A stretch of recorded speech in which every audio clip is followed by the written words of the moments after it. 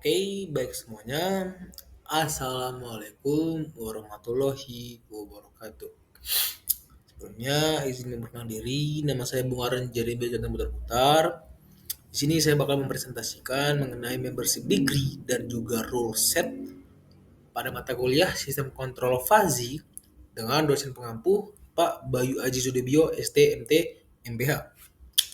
Oke, kita masuk ke materinya. Pertama, itu ada pendahuluan yaitu Boolean logic. Sesuai nama-namanya Boolean logic. Artinya di mana dia ini memiliki logika 0 atau 1. Contoh, di sini ada semua mobil, satu mobil di depan, satu mobil di belakang. Ketika mobilnya jaraknya jauh, maka rem belum dibutuhkan untuk ditekan. Jadi rem masih berlogika 0. Jika jaraknya sudah dekat, maka remnya bakal diberikan logika 1 atau remnya bakal ditekan karena mobilnya sudah dekat. Intinya, mobil logik ini, mobilnya dekat, remnya ditekan, mobilnya jauh, remnya belum dibutuhkan untuk ditekan. Berbeda dengan fuzzy logic. Dia ini ada berupa range, di mana dia bukan jauh atau dekat, tetapi ada nilai. Contoh, dia 0,8 jauh, 0,2 dekat, 0,6 jauh, 0,4 dekat. Dia ada range-nya, jadi bukan semata-mata cuma jauh atau dekat. Nah, di sini kita bakal membahas mengenai si fuzzy logic ini. Dimana untuk fuzzy logic, dia itu contoh nih, is car close itu nilainya 0,2, maka kita menekan si remnya sebesar 0,2 juga, atau kita menekannya sedikit. Nah, ketika jarak mobilnya itu 0,8 atau pretty close, itu kan udah sangat dekat banget tuh ya, 0,8, berarti kita juga menekan remnya lebih kuat. Nah, berbeda dengan tadi di Boolean logic, mau dia jaraknya jauhnya kan kita belum tahu range berapa, tapi kita udah menekan si remnya itu udah dengan digital. Jadi 0 tidak ditekan atau langsung ditekan, langsung dipres. Nah, di sini dia ada range-nya, berapa presan berapa dan jaraknya itu udah seberapa dekat untuk menentukan dari tekanan si remnya. Ternyata itu ada materinya, yaitu membership degree. Membership degree itu apa? Membership degree itu derajat keanggotaan, yaitu merupakan nilai menunjukkan seberapa besar suatu input termasuk dalam suatu himpunan fuzzy, di mana mu AX itu adalah fungsi keanggotaan yang memiliki rentang nilai kontinu di antara 0 hingga 1, di mana untuk 0 itu nggak termasuk, 1 sepenuhnya termasuk, dan antara 0 sampai 1 itu merupakan membershipnya atau derajat keanggotaannya. Ini ada contoh. Kita memiliki banyaknya pakaian di lemari itu 60 per 100. Contoh nih, kapasitas lemari 100. Kita input pakaian 60. Gimana kita klasifikasi? Kalau kita ngisi pakaian 0 sampai 40 itu rendah, 40 sampai 60 itu sedang, 60 sampai 100 itu tinggi. Ternyata setelah kita cek menggunakan fuzzy logic, 60 ini termasuk sedang 0,4 dan tinggi 0,6. Karena apa? Tadi kan tinggi itu di atas 60. Nah, berarti dapat kita tarik dari inputan tersebut, dapat kita tarik logikanya bahwa dia ini termasuk sedang 0,4 dan tinggi 0,6. Berarti dia lebih condong ke tinggi. Dimana untuk nilainya itu 60%. Beda dengan yang sedang, dia itu 0,4. Sehingga dapat ditarik outputannya bahwa 60 itu 40% range sedang dan 60% dari range yang banyak. Adapun bentuk dari triangular dan trapesium, untuk yang triangular atau gampangnya itu ada triangle atau segitiga, itu dia memiliki 3 parameter. Titik awal, puncak, dan titik akhir pada saat dia turun. Berbeda dengan trapezoidal atau gampangnya trapesium. Dia itu kayak ada area datar di atasnya. Jadi dia pertama naik. Nah, pada naik pertama itu mulai naik, pas naik dia akhir datar dan pada saat dia turun.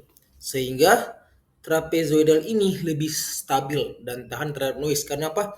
Range logika satunya itu dari 0,3 sampai 0,6. Berbeda dengan si triangle, dia hanya berada di 0,5 yang dianggap logika satu. Lanjut, kita masuk ke rule set. Di mana rule set itu adalah kumpulan aturan logika yang digunakan dalam sistem fuzzy untuk menentukan keputusan berdasarkan kondisi input.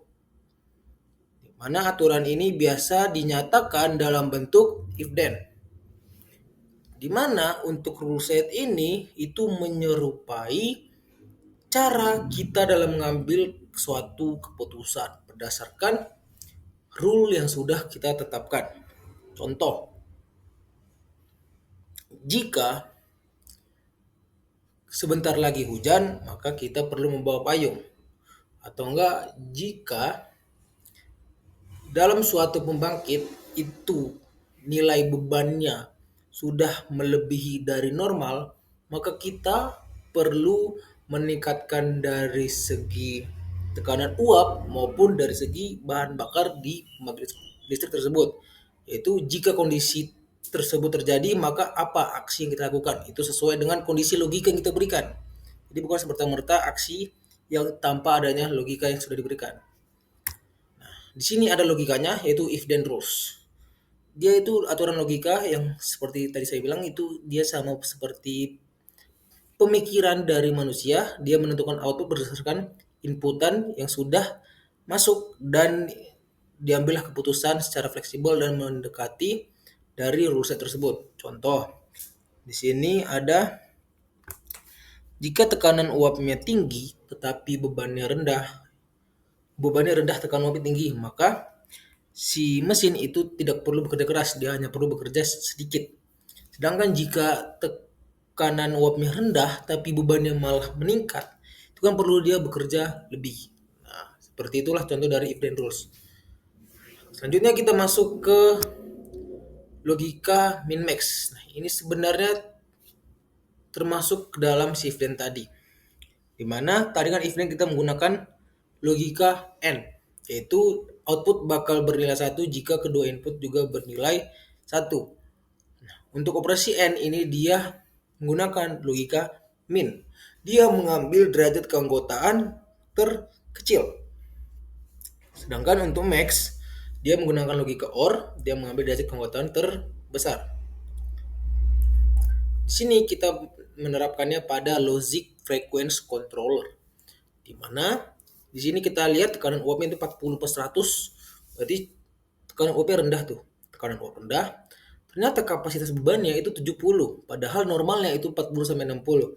Berarti kan itu sudah termasuk tinggi, padahal tekanan uapnya rendah. Jadi apa conclusionnya atau apa sih jawabannya, apa aksinya? Berarti kita perlu menambah bahan bakar. Penambahan bahan bakarnya itu dengan logika apa?